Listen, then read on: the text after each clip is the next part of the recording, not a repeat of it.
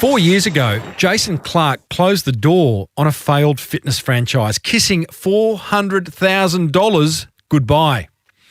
On that same day, his wife gave birth to their second child. 4 years on, and Jason's never been happier, thanks to a smart business decision, some clever marketing, and most importantly, 4 words uttered by his exhausted wife. It's a tell-all episode 506 of the award-winning Small Business Big Marketing podcast. Well, I said, welcome to a small business marketing show where successful small business owners share their souls to take your marketing straight to the lead. Now, here's your host, Mr. Timbo Reid. And welcome back to your weekly dose of fertile marketing. I'm your host, Timbo Reid. You, infinitely more importantly, are a motivated business owner who is well and truly ready to crank out some great marketing to build that beautiful business of yours into the empire it deserves to be. And if that's not enough and you are itching to fast-track your marketing, then hit me up for a one-on-one coaching session over at smallbusinessbigmarketing.com. Big episode today. We meet personal trainer, now 7-figure business owner Jason Clarke, whose roller coaster journey proves that we should all follow our passions. This week's Monster Prize Draw winner says he's never sought to escape the cubicle, but I've inspired him to start his own business. I'm confused. And I let you in on next week's guest, whose great-great-great-grandfather was the legendary department store owner David Jones. As per usual, team, there is marketing GOLD dripping from the ceiling over here at Small Business Big Marketing's HQ. So let's get stuck right in. Quick update on the Small Business Big Marketing Facebook tribe. It is going along swimmingly. It's a place to meet me, other listeners, and other motivated business owners and talk about episodes, talk about what's working in our business from a marketing point of view, what's not working. Last week, we had our first fireside chat, which was a Zoom call with as many people as wanted to get on it. It was fantastic. Had some great feedback on that. You can watch the recording of all those fireside chats in the Facebook group. Just search Small Business Big Marketing Tribe on Facebook. Jason Clarke has been a personal trainer for 25 years. Well, 4 years ago, that dream became a nightmare when Jason lost $400,000 of his parents' money in a failed fitness franchise whilst his wife was giving birth to their second child.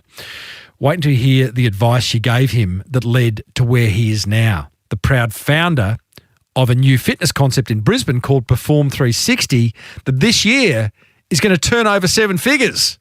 Hey, that's a rise out of the ashes. This is such a great story of business determination, or as Jason puts it, an expensive MBA. But I tell you what, where many of us would have just gone, oh, mate, this is all too hard, I give up, Jason has had a second crack and created something special. So let's go and hear how he did it and what role marketing played in this incredible turnaround. Here's Jason describing the time 4 years ago when he lost $400,000 on a failed fitness franchise.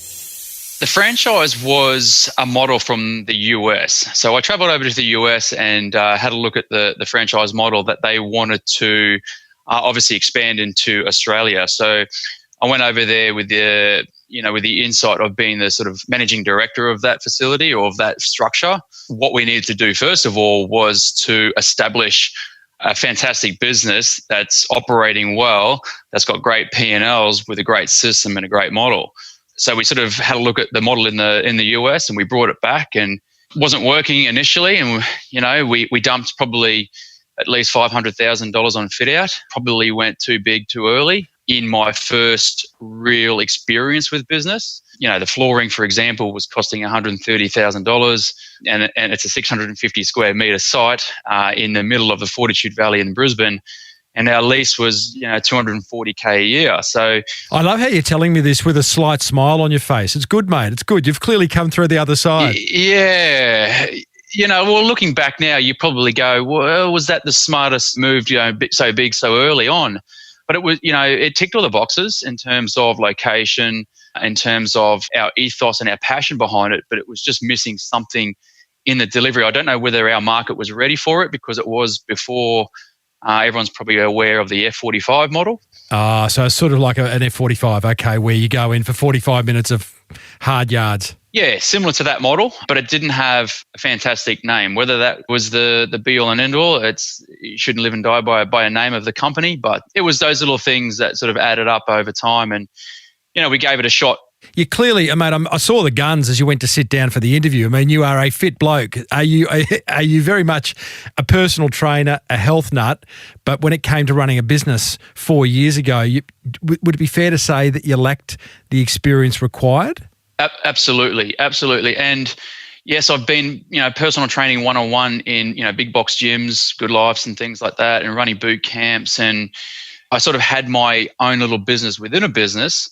But it was very easy. There was 5,000 members in a Good Life Health Clubs that I could just go up and talk to anybody and have a yarn to them about their health and fitness goals and just build connections that way. It was a very, very easy model for a personal trainer to be successful there, but probably wasn't enough for myself. We wanted our own systems, our own training facility. Like any personal trainer has aspirations that want to grow. The next phase was to own a site yourself, and probably didn't have that level of experience on that kind of business and dealing with commercial real estate agents, the P&Ls, just everything from signage to you name it. Like, we just caught us by surprise about the outgoings. You mentioned 500 grand. I think in my notes, 400 grand, a lot of dough. Was that borrowed from family and friends or from the bank? Yes, borrowed bank, family and friends to set that up. And we had a boot camp company that sort of funded a lot of that as well. And that was that initial fit out cost. And then you've obviously got our monthly expenses were $40,000 to $50,000 a month. So we were falling behind. And obviously, how do we keep a business afloat? You're tipping in your own cash. And we tipped in our own cash every month for 3 years. Wow. On top of the initial setup cost. So it was a very hard time.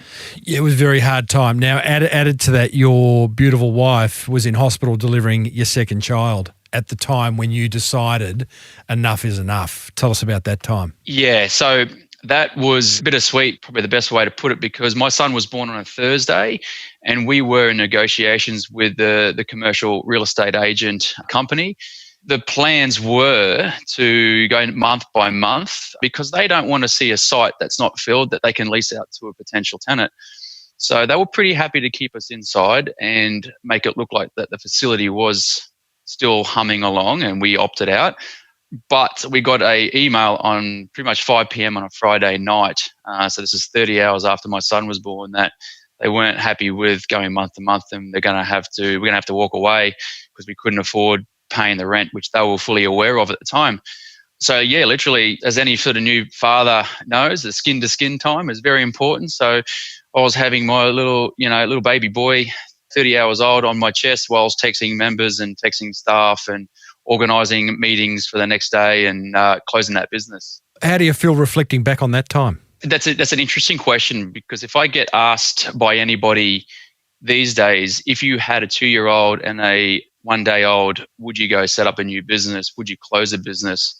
The answer is look within. You've really got to really navigate that internally to see if you've got the power to do it. Looking back, I probably would have changed things in a timeline sense, but it actually gave me no plan B for the next operation that we wanted to do. So I guess there's the shining armor there, I guess, in terms of progressing forward. You had an interesting conversation with your wife while she was in hospital on the Friday. I think she looked you in the eye, and tell us about that.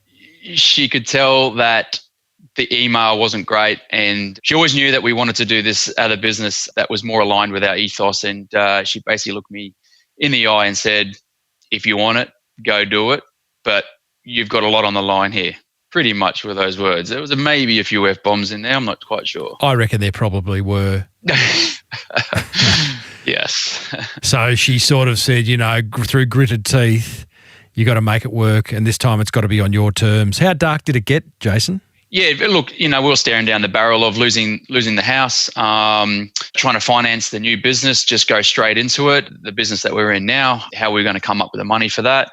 I sold my cars. You looked at selling the house, trying to come up with some capital that way, and just obviously refinance a lot of mortgages and a lot of loans through the banks and things like that, so I can come up with the payment plans and so forth. And then it wasn't until probably 4 to 6 weeks after the closure, you go through the process of the liquidation process.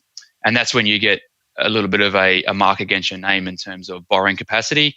So it was fortunate that we were able to scrounge up a little more money from family, from friends, from banks before we were actually, liquidated. Wow. Because, there was no chance of getting any funds that way. Sorry, do you mean you scrounged money from the business to pay back to some family and friends, or more money from family and friends to put towards the next idea? More money, yes. Tell me about that. So you've got another idea. You've got two choices here. You go to the closest corner and curl up in the fetal position and give up, or you find the mental strength. You've got the physical strength. You find the mental strength to go forward, which requires you to either go back and find a job, by the way, you could have done that, or to bring another business idea to life, which requires you to go knocking on the family and friends' doors. What made you think that was a good idea? Clearly it was, because you're here to talk about it. We'll get to that. Yes. I had a full-time job with a well-renowned Australian brand in the fitness industry, being the national PT director. When did this job come in? When did you have that job? That fell in the lines of closing the business of business one, in between that and opening business number two. So I actually did that role for a certain period of time, and it sort of got me through the phase of closing one, opening another business. But it wasn't for me. I knew that I needed to try this again. I saw it as a very expensive, degree in terms of how to run a business, where we went wrong, what was the concept, was it the method behind it, was it, all these sorts of things that I had to address, and I needed another crack. And if you're going to be in huge amount of debt, then you may as well do it in your 30s than your 60s. So that was sort of my mindset. You came up with the idea for Perform-360, which is your current business, Jason, which is going beautifully, and I want to find out at what you've done in order for that to happen. I just find that the in-between quite incredible. What made you think that your idea for the next business was going to be a cracker? There was no one doing what we were doing in our business now. So there was no one running what we call small group training. So we wanted to bring back the level of service. So the 24-hour gym, the Globo gyms, CrossFit was taking off, F45 was around, not as big as it was today, but there was these brands that were coming out, and they were either a $10 a week, a $30 a week, or a $50 a week brand. So what we want to do is bring back the service, bring back the quality coaching, bring back that technician and that real intimate service, but charge a higher price point. So there was nobody doing that in our space unless you went for one-on-one training where you can charge $100 and $150 an hour. So we looked at it and said, well, how can we come up with this concept that we only need to service 150 members to 200 members, yet give them the service, the productivity, the programming, the injury prevention, the level of community that everyone needs to excel. And this was the perfect model for us. In Mark Boris's terms, there's no one can really compete at the top. So that's where we sort of found that we needed to pitch ourselves, and we believed in our level of expertise and service within the industry that we could sort of pull this off and start over again. It's all very well for someone like yourself to be passionate, have an idea, had a big lesson in business by losing the first one. Tell me about the conversations you have, though, with friends, family and banks that says, give me another chance. Like, what made them say yes? Are you just a really good talker? It's hard to define. It's the banks obviously look at your financial status without throwing in the character or your level of expertise or your level of experience within the industry. So it was probably easier for me to have the parents that were willing to help out, that we're still needed to pay back as well. So that was our way of sort of stepping into that next facility. But we didn't need to expose ourselves and borrow as much money for the second site, because we've learned from, does it need a $500,000 fit out for people to come? No, it doesn't. It just needs quality service and a real strong community too that people want to be in. And we just want to be the best part of our members' day. And if we can achieve that, then people will come and people will talk. So coming back to that, answering that question of how did we have that conversation with the parents, it was just they saw the passion and they saw that we needed to do it again. We needed another crack. And we were still relatively young. I was 36, 37 at the time. So, as I said, why not? Your parents or your wife's parents? My parents, yeah. I was going to say, it's the in-laws. It's like, oh, here we go. Here comes son-in-law. Yes. Hand out. You also convinced a business partner to come along for the ride. Is it about Brent or? Yes, yeah, my business partner, Brent, he was with me in the facility that failed as well. So we both, learned that sort of lesson together. And believe it or not, this system that we're running now is something that Brent and I discussed 12, 15 years ago. We just got sidetracked by the glitz and the glamour of the US model. It sort of, detracted us from our original plan. So it's nice to come back to that original plan and go with your gut instinct, because I'm a big believer that, your gut is your second brain. We sort of really educate that in terms of nutrition and health. If you want sort of cognitive function, then you need to eat well, exercise well, but also too, it gives you power in helping the decision process. So you got the dough from mum and dad. Brent, your business partner's come on board. Your wife's giving you the steely look and put the fear of God into you. So this one's not going to fail. It can't fail. You got 2 young kids at home. You got a job, which I imagine sounded like quite a busy job, being the head of PT nationally. How do you get Perform-360 off the ground? Tell us about the lead up to the launch and getting it out into the marketplace. Okay, so getting it in the marketplace was it was a side hustle for a little bit there, but I pretty much had to leave that full-time role as we got closer to opening up the new facility. It was basically an 18 to 20 hour a day job. There was a lot of things to set up in terms of marketing and concept and layout. We were actually in the facility when we signed the lease and we got the keys to the door. Myself and Brent were in there cleaning lights and up on scissor lifts 8 meters high and blowing out dust and repainting. So we did a lot of the fit out ourselves from 6 a.m. to 8 p.m. Did I see my sons much in that 3-month fit out phase? The answer is no. That's just the things that we had to do, and I've got to make it up to my wife now in terms of the time that I sort of spent away setting up this new business. And we're catching up now, so which is good, because we put the hard work in and it's prevailing for us. You are catching up now, because clearly that's a really important part. Family reconnecting. You are running now a business that's turning over $1 million in annual revenues. Well done, by the way. I just think Thank you. It is incredible. And I want to understand how you've done that, because I actually look at gyms and wonder how they make money. You are finding time though, as you grow and you want to expand and you want to do a whole lot more things. You've got proof of concept now. Yes. $1 million a year revenue. That's good. You're finding the time for yourself, for your wife, for your kids? Yeah, absolutely. I'm definitely finding that balance more these days. It's probably only been the last sort of 12 to 18 months.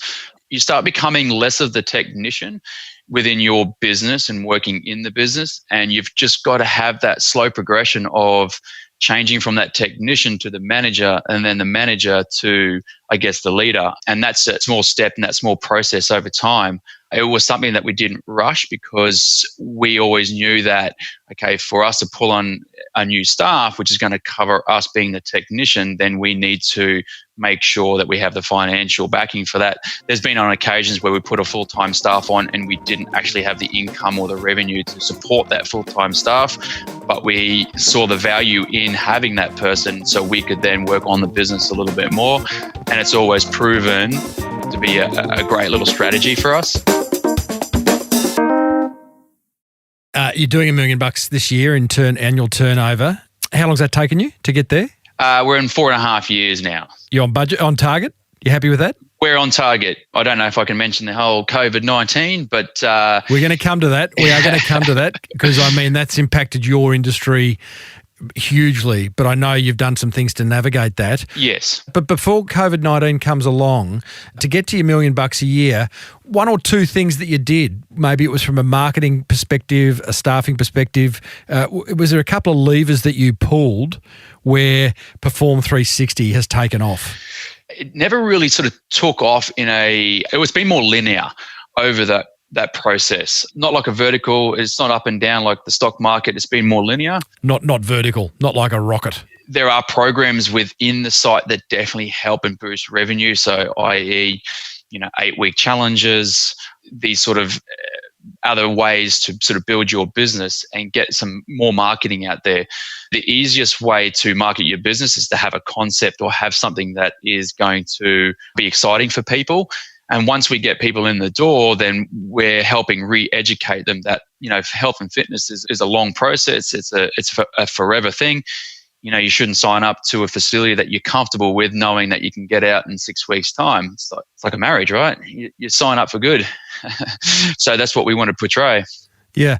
What is it about Perform-360? I mean, we haven't really touched on what Perform-360 is in detail. I mean, it's a gym facility. It's small personal training classes. You have yoga and other offerings. The premise is, though, it's personalised, is it? It's not some big box gym, as you call them. No, that's right. It's very, very personalised. We know our sort of niche market and our demographic. It's for those people that are aged between more 30 to 50 who really just want to regain their health back, and they've probably tried little bits and pieces along the way and just not really satisfied with the level of service and fitness that they got out of previous, systems. Whether it was their buy-in or whether it wasn't the right time for them, we just feel like we're kind of like the end of the chain of a lot of people's procedures and trying out facilities and trying the next thing. But we are a very community-based and we bring people together in that small group setting. So it's our way of delivering a very, very unique service that's very hands-on, very injury prevention, and just having that level of service and coaching, because if the groups are too big, we just can't simply do our jobs in terms of injury prevention and making sure they're excelling and getting the results that they desire.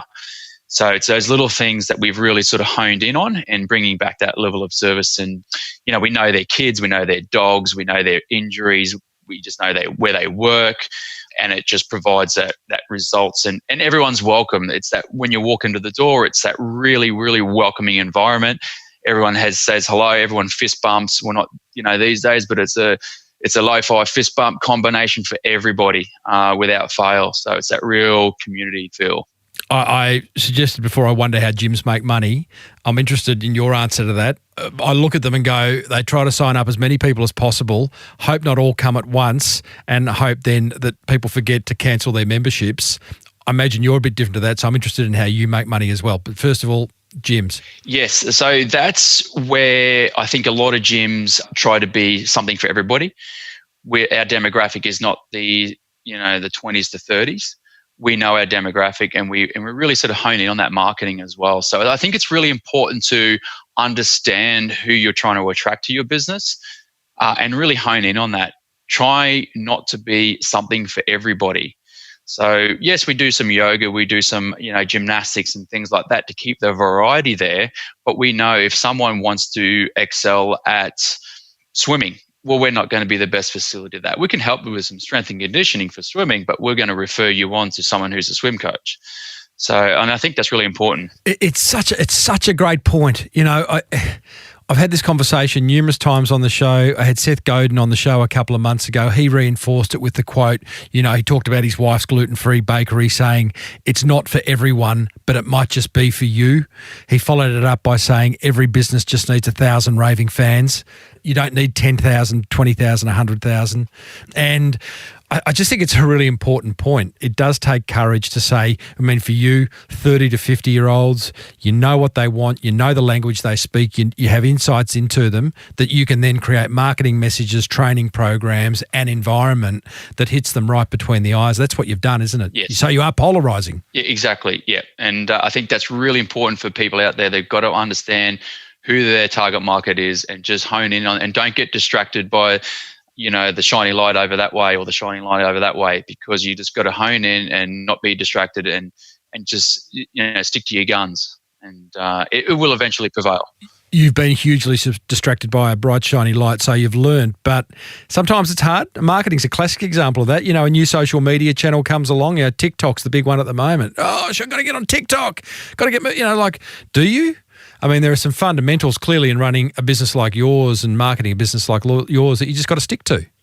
And that's right. I mean, once again, TikTok, is that our demographic? You know, I think it's for the younger kids.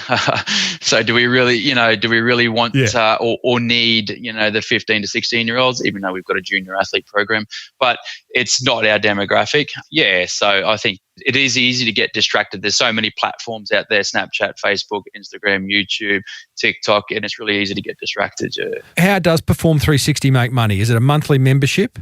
Yeah, everyone's on a fortnightly direct debit, and it really does base on how many small group personal training sessions that they want a week. But yeah, we're in the price point of, you know, $90 to $130 a week. So that's why we are going above and beyond and always trying to see how we can value add to our business in terms of keeping our members engaged. If someone doesn't turn up to a session that they've booked in for, they're getting a text from us saying, hope you're okay. Is everything okay? You know, I want to see you in the next session. So it's that follow-up that's really, really important for people, that they feel like they're being loved, they're not being forgotten about, but yet, you know, we can't help you to your goal if you're not going to train with us. So that's part of the process as well. So we really do need that engagement. We really need that 3 to 4 times a week for us to facilitate what we promise in our point of sale. And so we really need that adherence, and it's up to us to make sure that adherence stays strong.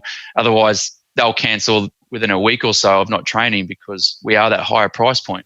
You've got a real advantage as a gym owner, which is you're building community. I mean, you are directly building community. You're not selling, it's not transactional like you're selling a product once or anything, whereas you can really do a lot of work on bringing people together, engaging them, making them feel as though they belong to something, encourage them, inspire them. What's the best marketing that you've done for Perform-360, Jason, that's generated new inquiry? It's funny. I used your podcast, and it's Cham. Oh, yeah, Cham Tang, Facebook expert. Yeah, he's a Facebook expert. I'm digging right into the marketing side of things. I guess that's my role within the business now, is I attract the people and the leads to come into our facility, and then my business partner and my team, you know, help them stay by the service that we're providing. So his one-day course was really, really beneficial for me, just learning the ins and outs of the Facebook back end, knowing how to sort of target your specific audience, and if they happen to go to your website, how to retarget them. It's been hugely beneficial, because otherwise, you know, you're just wasting money and throwing, money on marketing that you don't know who you're getting. It's sometimes Facebook can still be like the old school flyer drop type marketing, where you get 10,000 flyers printed, cost you $1,000 for a designer, and it costs you another, $1,000, $1,500 to get 10,000 delivered. Mm-hmm. And you don't know if that household's really suited for your business. So Facebook can sometimes be like that, but you've got to learn how to really direct your audience and figure out how that back end works. And that was really, really beneficial for me going forward. We knew our target market, so that wasn't a problem. So that's where it became easier in the back end, and really sort of hone in on that audience. That's awesome, buddy. Facebook advertising for you. Great story so far, Jason. Massive down, a massive up, and now we've hit another down with COVID-19. I imagine your industries, but like the hospitality industry, has been particularly hit, and some have gone under and others are wondering what to do next. How have you coped? How's it affected you, and how are you navigating your way through it? Yeah, look, to say to all the businesses out there, I really feel for all the small businesses, out there in any business. They all seem to be struggling, whether it's plumbers, builders, the fitness, the cafes, the restaurants. It's tough out there. We saw our closure before it happened, so we had plans in place to really navigate around that. So we had an online system ready to go for our members. Did we have an online system ready to go for externals? Not so much, but our members were able to hire our equipment. They were able to facilitate and do their training session via our online system at home. So we've been coaching them through Zoom, and they've been logging in their workouts through our app and with the use of our equipment. So yes, we've lost 60% revenue right now, but that has kept the doors open for sure. And we're going to come through the other side. So that's how we've sort of adapted in these times. It looks like we might be getting reopened soon. So whether that comes back at full capacity, we don't anticipate that it will. It'll be sort of 60 to 75% capacity, I think, in June, July. So we'll see how it goes. But I guess for my business partner and myself, looking back on our adversity, this is kind of nothing for us. And I know we're in a different position to a lot of other businesses, but for me to lose $500,000, $400,000 and have two very, very young boys going through a closure and opening up a new facility, this COVID-19 is kind of just another bump in the road. You talked about going online for existing members. Has it forced any big innovation? I've seen a few businesses really think hard and pivot almost 180. Yeah, and look, we had to do that in the first week. We had to pivot. That whole business had that new structure, that feeling. I was actually liberated. It felt like I was opening up a facility again. I felt just energized. All right, okay, we've got to pivot 180 degrees and turn this face-to-face straight into an online system. I had those juices flowing of, this is a new business almost. So I was actually really excited for it. And we did that within a week and got everything up and running. And would we be able to survive now, paying the rent that we're paying on the revenue that we're doing? Probably not. If everything was normal, we'd need to see that revenue back up again. So, but obviously, landlords have come to the party and there's a few incentives out there for small businesses, which you got to think you're lucky stars. If businesses do get through this, then you'd want to go through this process in Australia, I believe, than anywhere else in the world. So I think we're very fortunate of what's been happening from a government standpoint for small businesses as well. No doubt. Jace, have you repaid the in-laws? That's the big final question. It's still not 100% paid off yet. But you're chipping away at it. So we're looking at, we're chipping away and, we're looking for site 2, site 3. And I could sort of see the little the eyebrows raised a little bit when you're looking for site 2, site 3, but yet you haven't paid back your debt yet. So I'll just keep that there. So you expansion is the expansion local or interstate? Yeah, we'll go local. Yeah, we'll go local for now. We would like one in every sort of corner, I guess. So north, south, east, west. Possibly something in the middle at this stage. So yeah, we're definitely on the hunt. Bring one up to Noosa. I have actually looked at Noosa. I have looked at Coolum. So it's all happening up there. Yes.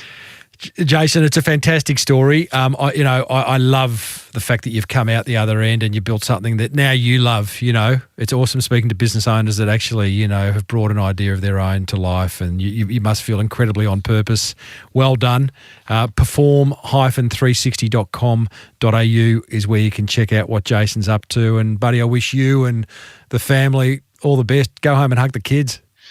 Thanks very much, Tim. I just want to thank you, seriously, that you are doing what you're doing in a marketing sense. I've been telling as many people as I can about you got to know your business and you got to start marketing it. You may as well not have a product if you don't know how to market it. So there's a lot of technicians out there that are great at their job, but they don't know how to draw people to their business and actually make a difference in this world. And that's what we're all trying to do. So I thank you for being who you are and providing the content that you just do just seamlessly. Like, it's great to listen to, buddy. That's awesome, brother. Well, you just won the Monster Prize draw as well, so well done. Love it. Love it. No problem. Thanks very much. Appreciate it. Well, there you go, team. Jason Clarke of Perform-360. What a fantastic turnaround story. Here's what grabbed my attention from that chat. Attention grabber number 1. First and foremost, I love the courage Jason showed in getting back on the horse and starting another business after dropping $400,000. Not of his own money, of his mum and dad's. Wow. Attention grabber number 2. I love Jason's advice to avoid bright, shiny objects. This applies to life in general, basically, but certainly from a marketing point of view, there's always something new coming along. Jason stuck to the fundamentals and has built a great business. When he followed the bright, shiny object, he lost everything. Attention grabber number 3. I love his advice around learning the ins and outs of Facebook. We talked about that with Cham Tang a couple of episodes ago. I'll put a link in the show notes over at smallbusinessbigmarketing.com/506 to a Facebook course that I suggest you all do. That's what grabbed my attention. Whatever grabbed yours, be sure to block out some time and implement it. Come on down. It's Timbo's Monster Prize Draw. Oh yes, indeedly doodly. It's time to reward another motivated listener for taking some serious marketing action. And today's winner is long-time listener Daniel Sapseed of salesnomad.co. And Daniel says, hey Timbo, you talk a lot about business owners, entrepreneurs and cubicle escapees, but don't forget us employees as well. Fair call. I've never really sought to escape the cubicle. However, I love your show. Marketing is a passion, and I use the concepts and ideas from yourself and your guests in my work life with customers. I'm a sales manager and deal with small business owners every day. A massive part of what I do to stand out from the crowd of sales purchasers, order takers, is try to help them in their business, not just sell them something. I've often used ideas from his show to help them. Recently, I was re-listening to some episodes, and one that stood out for me was the episode with Daniel from Hucksterberger about sharing your knowledge to build a tribe. That and Michelle Bridges' JFDI hashtag, which stood for Just Effing Do It. Her philosophy has led me to start building my own little side project called Sales Nomad. Oh, I like that. My aim is to help other salespeople, especially those who travel for work, not only survive the road, but thrive in what they do through tips, tricks and hacks. Cheers, Daniel from salesnomad.co. Daniel, that's awesome, brother. As a result of listening and implementing, you have won a range of Liar's non-alcoholic spirits, a hardcover of Jamie Mustard's book, The Iconist, vouchers to use with Flora and Fauna, and Tradies Undies, 8-pack of Mr. Lee's noodles, promotion on this show, and a backlink in the show notes. You got to be happy with that. If you haven't entered the Monster Prize Draw, everyone else, just send me a short email to tim@timreid, reid.com.au. Share one idea that you've learnt from this show and what impact it's had on your business. And if I read it out on air, you win. Well, I hope you enjoyed that. Feel free to drop me a line over at smallbusinessbigmarketing.com/506 if you have a question or comment about what we've covered today. There's plenty more where this came from, though. Plus, my entire archive of episodes and blog posts is over at smallbusinessbigmarketing.com. Got some great guests coming up. If you have someone in mind, though, that you'd like me to interview, it might even be you. Go ahead and pitch me at tim@timreid.com.au. If you're getting value from listening, then please let other business owners know about the Small Business Big Marketing podcast, which was presented by me, Timbo Reid. Until next time, thanks for tuning in. Now get out there and take action.